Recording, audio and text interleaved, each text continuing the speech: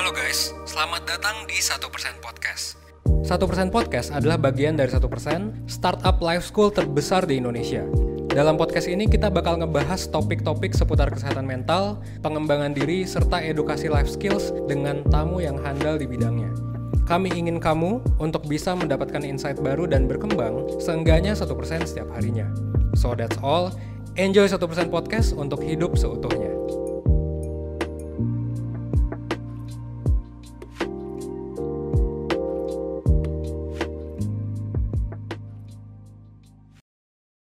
Next. Belum lagi aspek hidup lain gitu kan, seperti kesehatan, pendidikan, dan lain sebagainya. Lo juga mungkin bisa dapat kesempatan buat tawaran-tawaran yang bisa... Tawaran-tawaran juga. Wah, gue juga kalau gue boleh cerita ya kantor 1% yang sebelumnya kan dapat tawaran dari temen yang mungkin cenderung punya kapital gitu. Bahkan rumah itu tuh dikasih tanpa kita harus bayar. Itu kayak yang kemarin di kantor kemarin ya. Yang kantor kemarin itu tanpa harus bayar, tapi tetap bayar dong, of course ya. Manner lah, dan nggak enak gitu. Meskipun harganya jauh di bawah harga pasar. Betul. Bantu lo untuk ningkatin taraf hidup. Ibaratnya dapat channel-channel lah yang banyak dan ada Dapet channel, info-info. bener. Bisa jadi mungkin orang dalam Nah, gitu ini ya, orang dalam kita bener. bilangnya. Hal-hal kayak gitu itu sulit buat didapetin kalau misalnya nggak ada hubungan sosial yang Bener ya, berarti kalau akses ke atas, gue membayangkan berarti sebenarnya kalau dari argumen dan pembahasan kita yang lalu bahkan net video ini, jangan-jangan sosial kapital yang paling kuat bro. Bener gak sih? Kayak kita ngebahas akses. Dari yang lower class bisa dapat akses yang lebih tinggi karena punya sosial kapital gitu. Gue nggak setuju sih. Lebih ke mindset menurut gue. Oh gitu. Karena lu bisa punya sosial kapital tertentu karena mindset kan. Oh iya, kalau di fundamental lagi karena iya, bener. Jadi kayak kalau nggak cocok biasanya akan cabut juga gitu. Mau lu berusaha segimanapun. Sama kayak Tommy Shelby nggak sih? Iya sih harusnya. Pada akhirnya kan si Tommy Shelby ya dia rela mengorbankan apapun. Gitu. Cuman kalau mindset, mannerism dan lain sebagainya masih nggak cocok, ibaratnya dia masih minum Irish whiskey yang mungkin menurut standar Culture itu sana, kampungan gitu ya. Ya udah. Nggak dapat ruang. Nggak dapat atau ruang dicengin karena ya. kayak Lah apaan lu gitu. lu bukan circle gua gitu. Bukan golongan kami Bukan Anda. golongan kami. Anda bukan ya. golongan kami Anda. Gue tahu jokes lu kemana arahnya. Dark jokes. yang kebentuk sama orang lain. Jadi bukan cuma lu masuk ke lingkungan elit, ke sekolah elit, tapi kalau pola hubungan lu misalnya kurang luas, ya mungkin kecenderung. Jadi bukan masalah gini. Mungkin yang orang akan tangkap adalah, oke, gue harus berteman dengan orang kaya. Iya, bukan masalah itu. Itunya, bener-bener. Karena kalau lu berusaha untuk berteman dengan orang kaya, lu akan kelihatan poser juga. Iya. Kalau Tanpa mindset harus lu tujuannya masih, iya. Jadi bukan masalah gue masih temenan sama ini biar gue jadi ke bawah ini, bukan. Tapi lu masih punya mindset yang luas. Iya. Lu masih ngerti upper, lower, middle. Iya. Dan lu kalau mau masuk ke lingkungan tertentu, lu ikuti mindset itu. Tapi kalau pola hubungan lu misalnya kurang luas, ya mungkin kecenderungan lu untuk susah juga jadi lebih rendah. Mungkin kalau pakai argumen yang tadi, yang di awal tadi, mungkin yang gak ngerti ini ya bener tadi kata lo jadi poser atau mungkin jadi kayak SKSD ya nggak sih? iya, kayak people pleaser gitu loh. SKSD, people pleaser, atau mungkin orang yang malah dicengin di belakang, Iya digosipin. bener-bener, teman gue ada yang gitu cuy. Oh iya? Iya, dia tuh main sana sini, tapi tuh gak ngerti culture-nya gitu. Tapi giliran main sama kita kayak sok paling ngerti kayak, wah gila gue kemarin habis ketemu ini dan lain-lain, set kayak merasa paling jago gitu. Terus pas ternyata gue kenal sama si temannya temen gue itu yang dari sana, pas gue tanya, lu kenal ini gak kenal? Anjing ini mah gak jelas. Iya, name dropping kan. Iya, name dan dropping. itu bete banget kalau di name drop sih. Name drop tuh intinya, oh dia mah gue kenal gitu. Kan gitu. Iya, sotoy. Iya, biasanya yang name dropping justru yang gak kenal. Iya bener. Justru malah yang kenal banget tuh Ya udahlah. seringkali malah pura-pura gak kenal. Pura-pura Kayak kenal. misalnya gue kenal sama founder Postmetric gitu. Terus ada yang bilang founder Postmetric tuh bagus gitu ya. Ya gue mungkin akan, oh gitu ya. Gue cari tahu lebih lanjut dulu malah. Daripada gue bilang, oh iya gue juga kenal. Enggak. Gue malah cenderung cari tahu dulu. Terus gue laporin ke lu gitu. Kalau dibilang jelek atau dibilang bagus. Oh. Itu sering banget kejadian sih di teman-teman atau bahkan keluarga. Misalnya yang, oh gue nonton 1% gitu. Itu cenderung malah didengerin dulu, bukan saling name dropping. Jadi kalau perbincangan di circle kalian adalah, gue kenal ini, jangan-jangan nggak terlalu, jangan-jangan nggak terlalu kenal. Jangan-jangan pas ditanya dibilang kagak jelas. Dulu pas analisis kita name dropping tuh apa sih? Orang pengen dilihat derajat lebih tinggi ya karena kenal akses ya. Betul. Jadi orang yang melakukan itu, gue kenal ini loh, gue kenal itu loh. Dia Itu cenderung malah, wah dia kenal banyak orang nih dan lain-lain gitu. Padahal enggak, malah bikin dia jadi lebih buruk juga kalau dia name dropping. ini berdasarkan riset ya. Jadi orang ya memang akan cenderung terlihat jadi ini mah SKSD, ini mah kagak jelas gitu. Dan lu pernah punya pengalaman kayak gitu sama temen kayak Iya, gitu? dan fuck juga dia anjir. Ngomong banyak circle pas gue juga pura-pura nggak tahu. Oh coba dengerin dulu. Ternyata pas gue datang ke circle-nya kayak ditai-taiin juga gitu loh. Jadi bilang nggak jelas juga gitu. Terus apa poinnya lu main sama banyak orang terus lu bilang lu kenal banyak orang gitu. Iya, dapat duit kagak ya nggak sih? Banyak ruginya berarti kan? Nah iya benar. Atau misalnya satu pihak cuma manfaatin pihak lainnya doang. Nah kata kuncinya Nah ini tadi name dropping. iya, manfaatkan doang. Dan itu juga mindset yang dihindari. Jadi jangan sampai lu berteman dengan kelas tertentu gitu ya, dengan upper class untuk memanfaatkan dia. Iya. Kelihatan Dari awal ya. Kelihatan dari awal kayak ini mah deket cuma pengen dapet ini. Gitu. Iya ngerti.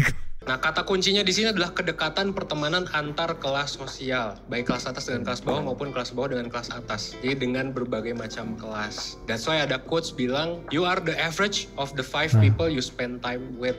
Ya bener sih, setuju sih gue. Sebetulnya gue ada nggak setujunya sih. Tapi kalau ini dalam waktu ini kali mungkin ya.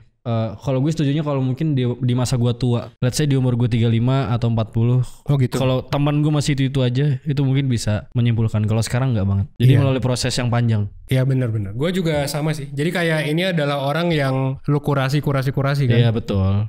Dan sekarang belum kelihatan. Cuman nampaknya sekarang kelihatan, cuman nggak bisa jadi final gitu sih bro. Iya karena pengalaman kita juga bakal berubah. Iya, karena kan kepribadian masih- bakal berubah. Social butterfly masih tinggi. Oh social butterfly sebutannya. Nempel di mana-mana anjir. Kita adalah cerminan dari tongkrongan yang sering kita Tapi ini Tapi ini bener. Ini gue setuju. sering bareng sama kita. Iya bener. Bisa digeneralisasi lah ibaratnya gitu. Tapi tuh yang keren tuh gitu bro, menurut gue yang datang ke tongkrongan A, dia kan punya manner tertentu di tongkrongan A. Lepas di B itu dia tuh nggak bawa kebiasaan di tongkrong lamanya itu loh. Itu keren banget sih. Itu keren gitu. Bahkan gak gossiping juga di tongkrong lamanya, teman gue begini nih gini gitu. Gue juga lagi belajar sebenarnya sih. Yang kita datengin sering bareng sama kita. Keuntungan lain juga ada gitu ya untuk punya circle yang luas. Ibaratnya kita bisa jadi fleksibel, kita lebih terbuka sama bermacam-macam hal. Bedalah orang yang sering keluar negeri sama yang sering menanggapi berbagai macam lingkungan dengan orang yang mungkin bisa dibilang kuper. Nah ini tuh sebenarnya bisa dijelasin lewat teori kontak hipotesis. Jadi teori ini itu bilang kalau misalnya lu banyak temen, kalau lu banyak berteman dengan berbagai macam kelompok sosial, dengan kelas sosial, lewat pertemanan lu bisa ngebangun empati. Lu bisa jadi lebih open minded sama orang dari berbagai background. Dan akhirnya itu bakal bikin lu jadi oke banget sih. Bro, tapi kalau boleh gue tanya, kapan waktunya lu ngerasa kalau circle lu tuh nggak cocok gitu? Let's say lu udah punya awareness buat mencari teman banyak, terus lu jadi social butterfly, tapi bukan yang negatif ya, lu emang mencari akses gitu. Apakah lu cabut karena nggak se-value kah gitu? Atau memang ada hal lain yang jadi standar lu coba? Kalau di kurikulum 1% ya, nggak usah cabut sih. Cukup jadi kenalan aja, secukupnya aja. Oh.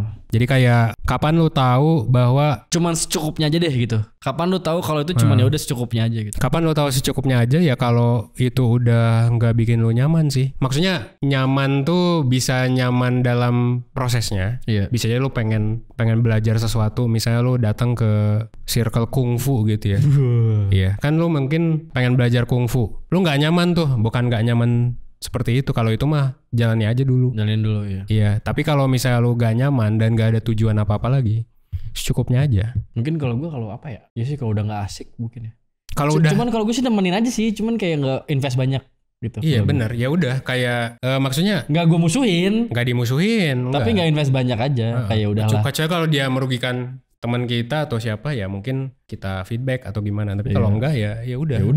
Ya udah ya. Dan lu bisa jadi yang gue sebut sebagai social butterfly, alias lu supel banget lah sama banyak orang. Lu bisa jadi bakal lebih seneng ketemu dan berinteraksi sama orang lain. Lu bisa jadi lebih kepo sama orientasi orang lain, apapun perbedaan pandangannya, dan lu bisa enjoy gitu sama banyak orang meskipun mungkin lu berbeda. Betul ya. Bener, salah satu poin pentingnya itu bisa open minded sih. Bener, ini open minded. Yang tadi dibilang juga kan beda orang yang udah keluar negeri dan lain sebagainya sama orang yang di lingkungan di situ-situ aja. Bakal lebih toleran, bakal lebih open minded sama berbagai macam hal harusnya sih baru. ya. Dan itu valid dan bisa dibilang bagus sih. Kalau gue pribadi bilangnya bagus. Kenapa? Karena kalaupun lu punya prinsip tertentu, at least ketika lu ketemu orang lain dengan prinsip berbeda, lu kayak nggak kaget gitu dan ya udah bisa menerima perbedaan itu. Mau setuju untuk gak setuju ya nggak masalah, tapi at least lu bisa menerima lah ya. Dan ya udah bisa lebih kritis juga gak sih? Tapi lu pribadi tuh termasuk ini gak bro? Kalau berteman tuh mencari benefits yang sangat spesifik Bahkan spesifik gitu, misalkan kayak kalau lu pengen belajar IT atau install aplikasi yang rumit, ada ke dia. Gue pengen ke desain, ada ke dia. Lu yang kayak gitu gak? Atau yang... Oh, gue cenderung enggak sih. Tapi ya kalau butuh mungkin gue akan kenalan sih. Iya, kayak gue waktu itu kan dulu banget sebelum perjalanan gue membentuk kedai kopi itu panjang banget. HOC. Iya, tapi dari dulu kan gue bacotnya dari dulu gak sih? Gak tau, gue gak pernah. Oh, enggak. Lu bikin kopi doang lu di kantor lama. Terus? Iya, tapi pokoknya ngomong doang lah dari berapa tahun lalu tuh. Ngomong doang maksudnya pengen bikin kopi. Pengen bikin kedai kopi. Gitu. Oke. Dan ya udah kenalan sama ini, kenalan sama itu gitu. Itu kalau memang ada kebutuhannya, tapi nggak jadi temen sih. Nggak jadi ya temen udah cuman ngobrol doang. Ya udah cuma ngobrol doang. Paling ya kalau akhirnya pun jadi temen, balik lagi ke yang se-mindset. Iya. Jadi balik lagi ke mindset kayaknya. Maksudnya mindset terus kultur gitu. Iya. Kalau gue tuh detail banget sih bro. Kayak misalkan butuh orang yang ngerti musik apa, gue kesini gue tahu. Orang yang ngerti hukum, gue ke dia. Orang yang gue butuh nih sesimpel buat install aplikasi aja, atau gue ngoding gitu, gue ke temen gue detail gitu sih kalau gue. Dan gue ngerasa itu banyak manfaatnya buat gue gitu sih. Jadi hal terkecil apapun yang nggak bisa lu provide dalam diri lu, gue nyari di orang lain gitu sih kalau gue. Kayak Nandos nanti mungkin gue bisa gue suruh mastering album gue ntar. Kayak gitu. Gak heran memang orang-orang yang pergaulannya banyak, sering main sana sini, bisa jadi social butterfly. Bisa ke satu circle dan bisa ke circle yang lain, bahkan yang beda banget sekalipun. Sebenarnya ini mirip sama... Nah ini lu bahas tadi di awal. Fidel Diano. Gue gak ngikutin dia sih. Bincangan netizen, ya basically karena dia circle pertemanannya luas banget cuy. Iya, selalu ada Vidi di ulang tahun manapun dan pernikahan manapun. Gak cuma... Ini siapa? Ini circle mana yang gue kagak tahu? Cuma sesama Oke. Anak nongkrong rumah Vidi ya. Arofi. Entertainer tapi juga pengusaha, CEO bahkan sampai atlet juga.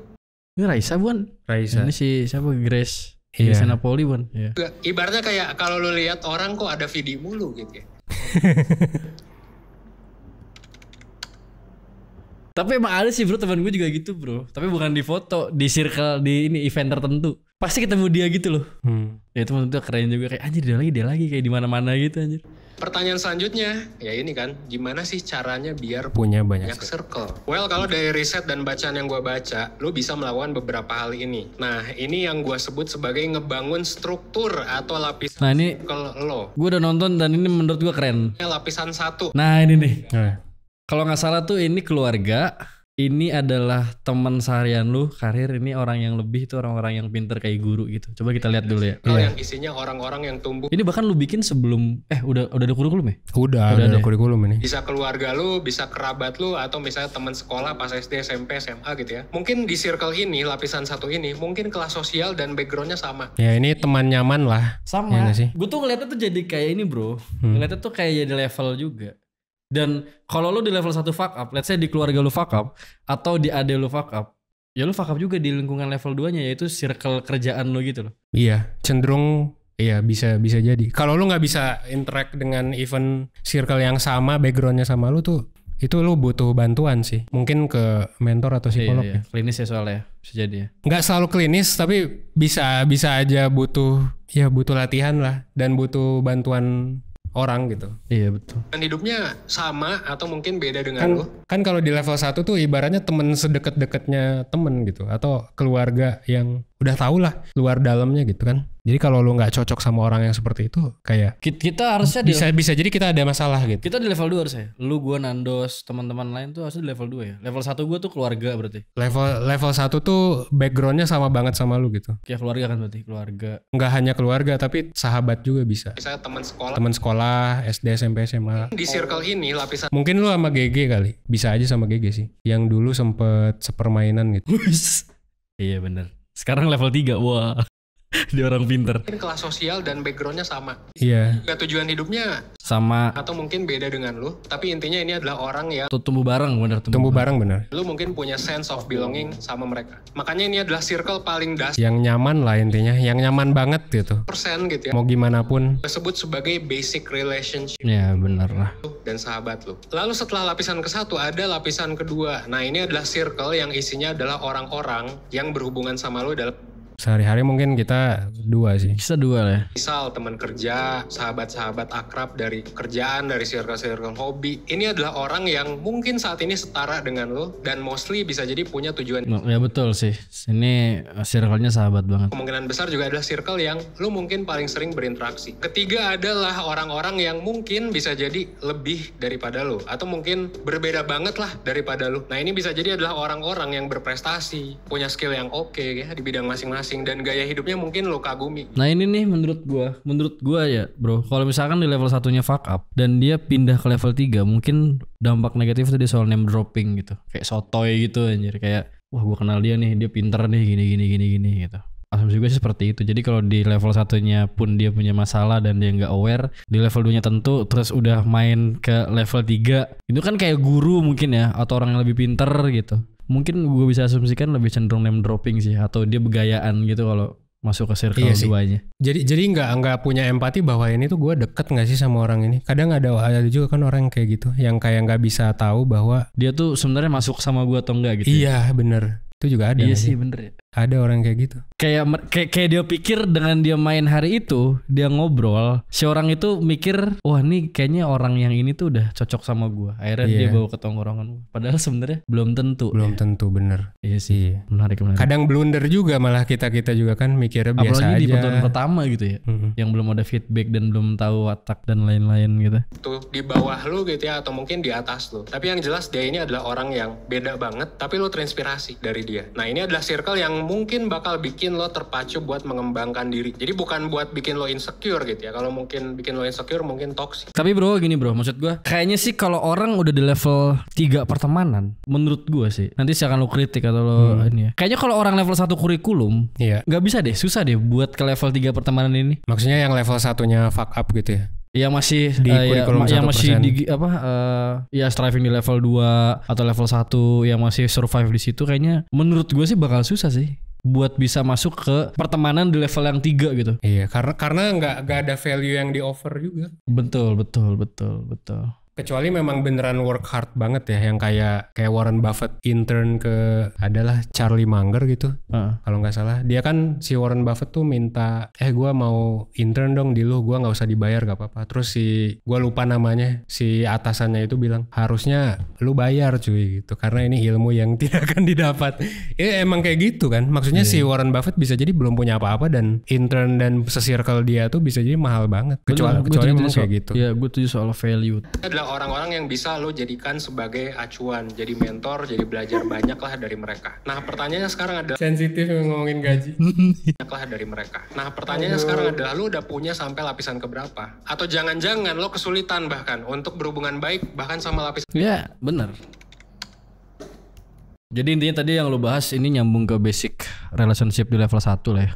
Kalau lu kesulitan di level 1, ada kemungkinan lu juga bakal sulit. Level 1 pertemanan ya, ada sulit lu buat lebih naik kelas. Kalau ngomongin soal circle, 1% sendiri sebagai life school, kita punya yang namanya life skills curriculum. Dan ini sedihnya memang gak dipelajari di sekolah. Termasuk pelajaran tentang pertemanan, keluarga, sahabat, pasangan. Ironisnya memang ini gak diajarin sih. Sama sekali. Padahal ini privilege yang salah satu yang cukup penting kayaknya. Iya bener bro, kan kita setuju ada Rothschild di sekolah tuh.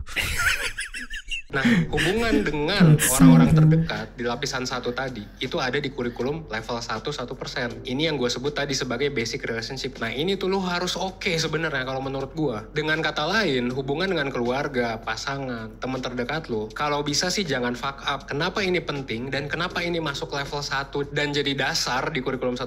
Karena ya bayangin aja, lo misal mau maju, mau bikin. Kalau soal fuck up tuh gak cuma klinis doang ya bro. Gue pikir tuh selama ini tuh kalau dia emang sama sekali gak bisa survive di level 1, baik pertemanan dan kurikulum tuh udah pasti klinis gitu loh. Kayak ada hal yang aneh di dalam diri seseorang gitu. Enggak juga ya? Enggak sih. Bisa jadi emang gak pernah belajar. Ya gimana kalau misalkan memang ada orang yang susah banget gitu, kayak dia mengalami hal terus yang sama, udah dikasih tahu nggak beres-beres dan selesai. Iya itu. Kalau ngomongin klinis sih karena banyak gangguan mental tuh banyak terminologinya kan. Maksudnya kayak depresi, anxiety. Iya, banyak lah. Karena banyak terminologinya, bisa jadi belum tentu ada gangguannya sih, belum tentu ada namanya gitu. Tapi kalau misalnya dia memang udah berkali-kali, kalau gangguan mental kan biasanya cut off-nya tuh 2 minggu. Biasanya 2 minggu sampai 2 bulan. Kalau lu gitu-gitu terus, berarti lu butuh bantuan. Gitu sih. Ya itu aja, ikutin itu aja. Nggak perlu sibuk dengan ini sih. Bingung ini. Oh, ini labelnya apa dan gitu. lain-lain. Ya kalau lu gak bisa, lu butuh bantuan ya ke psikolog aja. Oke. Bisnis atau lo misalnya mau kerja di mana gitu ya, lo punya mimpi, akan susah untuk lo bisa sukses kalau hubungan lo sama keluarga, pasangan atau temen itu fuck up. Dan harus diakui kalau memang level 1 aja ini tuh susah untuk lo lulus gitu. Dari kurikulum 1%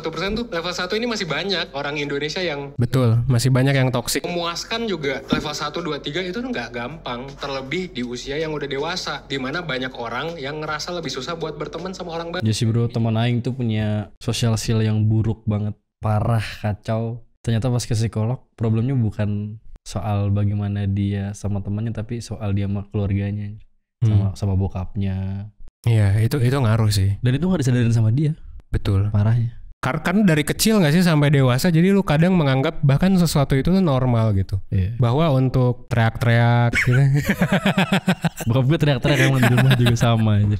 Terus Teriak-teriak dan lain sebagainya tuh. Ya makanya orang Betawi mungkin cenderung teriak-teriak. Orang Sunda mungkin cenderung ngomongnya kayak gini. bokap gue orang Seragen, bukan orang Betawi. Oh, bukan orang Betawi. Iya. Malah jadi ngomongin Pak ini. Siapa?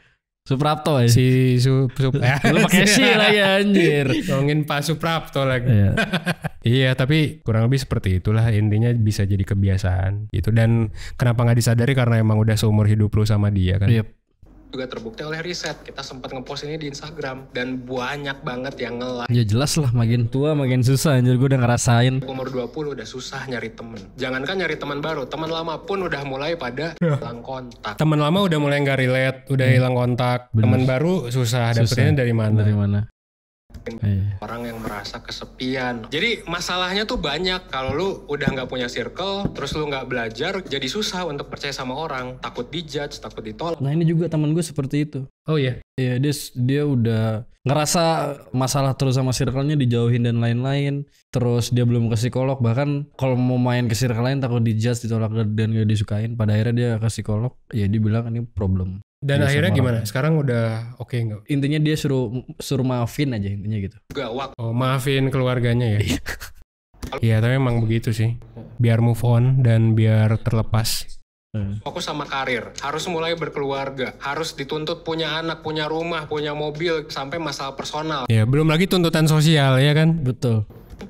Malu dari dulu, lu memang awkward gitu ketika ketemu sama orang, sampai ke insecure. Jangankan punya banyak circle, punya hubungan sosial dasar aja masih kesulitan. Ya bisa jadi ya, banyak yang nonton di sini, hubungan sosial dasar aja mungkin masih belum terpenuhi. So, ini memang perlu diberesin dulu sebelum lo bisa mencapai hubungan yang meaningful, yang ada di level 3, kalau menurut kurikulum 1% ya. Dan juga ya supaya lo bisa sukses, nyampe level 1, 2, 3, 4 kurikulum 1%. Iya, karena gue mau bahas juga sih buat orang yang milih nggak punya circle, kayak bisa jadi nggak ini sih, nggak works gitu.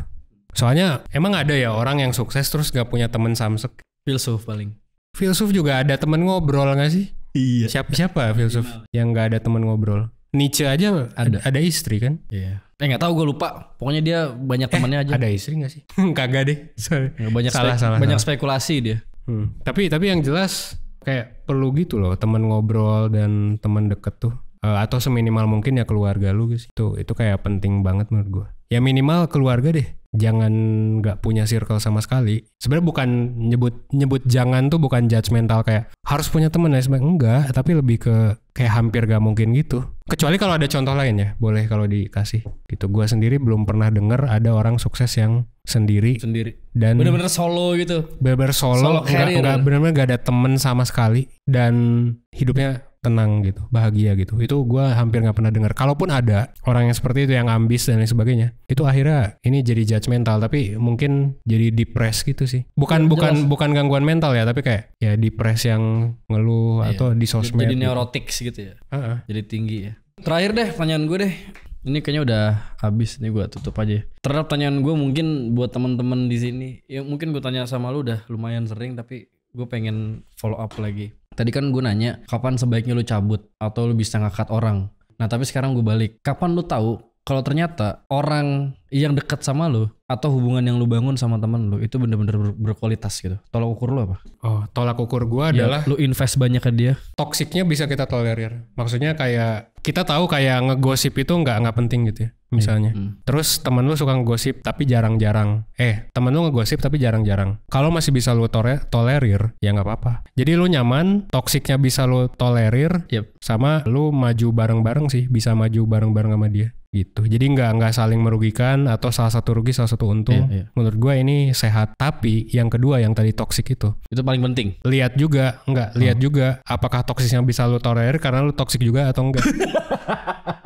Ternyata lu yang toksik ya anjir. Iya, jangan-jangan kita seneng nih sama circle kita sekarang yang tukang gosip misalnya. Ya karena lu tukang gosip juga, ya itu berarti sama-sama toksik. Elunya yang juga ini gak sih, elunya yang juga membatasi pengembangan diri gitu.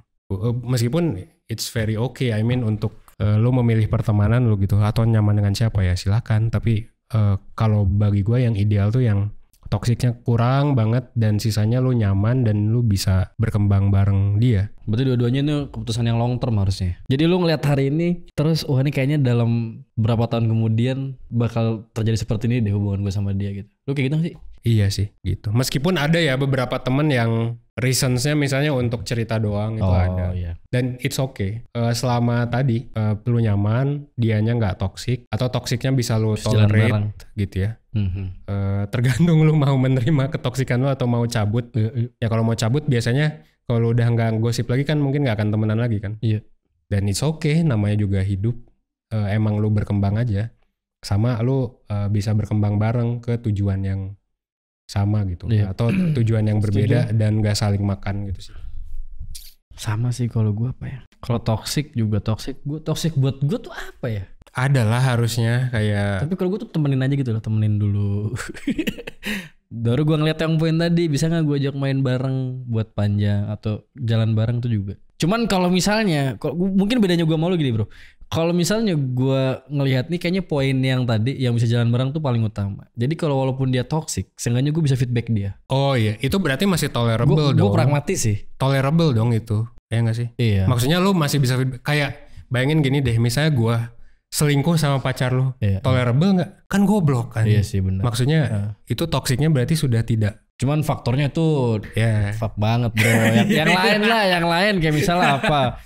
Kayak misalnya apa? Kayak misalkan apa? Gue nyuri dari dia sering bohong atau dia nyuri, tapi dia tuh bisa jalan bareng sama lu nih, dia mantep nih. Gitu. Tapi dia punya masalah klinis tuh dan toksik tuh misalnya. Kalau sering bohong gue nggak mau temenan. Maya atau apa? Tadi nyuri ya? Nyuri dan lain-lain. Gue selagi dia bisa feedback dan bisa berubah masih gue temenin sih bro. Oh. Gitu loh. Kayak lu sengaja dia sadar lah, dia fuck lah gitu loh, dia toxic gitu. Iya. Mungkin yang bisa gue tolerate adalah kalau misalnya ini orang bisa berubah. Misalnya sama pasangannya ngapain gitu, terus gue pikir itu toxic gitu ya. Kayak itu kan nggak ngerugiin gue gitu dan mungkin ya udah hanya merugikan dia gitu. Itu ya udah bisa tolerable gitu. Atau kayak dia gosip gitu ya, kalau sesekali gosip mah nggak masalah lah. Namanya juga manusia kan. Iya. Tapi nggak setiap hari lu obrolin temen deket, apalagi yang satu cabut terus langsung diomongin gitu. Gue pikir lu kayak Thomas gitu, setoksik-toksiknya si Alfi tetap ditemenin. Oh itu keluarga anjing. Itu beda itu kayaknya. Itu keluarga ya? Dia sama Alfi ya? Kan brother bro. Emang keluarga darah gitu? Alfi yang orang Yahudi. Oh Alfi, sorry. Itu kan yang ditembak. Sorry, udah ditembak. Gua pikir si ini. Oh si yang ditembak. Kita si yang rambutnya ke belakang. Arthur. Sorry. Keluarga Mang Alfi kan orang itu dari dia toksik, dia cepu dan lain-lain, tetap ditemenin gitu loh. Kayaknya itu mah alasan pragmatis sih bro. Nah kadang gue kayak gitu juga kalau hal tertentu. Tapi gue feedback sih, bedanya kan dia kan ya udahlah, yang penting gue ada goals dan lain-lain. Cuman kalau misalkan dia masih gue lihat bisa berubah dan bisa gue feedback, ya lu jangan kayak gini. Berarti masih lu bisa toleransi kan? Iya gitu. Cuman kalau udah fuck banget anjir, skip lah. Iya kan, kayak capek gitu gak sih kalau orang misalnya, ya bahkan hal simple aja kayak telat mulu gitu. Kan itu bisa jadi buat orang bisa ditoleransi, bisa jadi ganggu. Iya. Buat lu kan lu mungkin cukup menghargai waktu gitu. Kalau gua mungkin masih slow malah yang terlambat dalam pertemanan ya.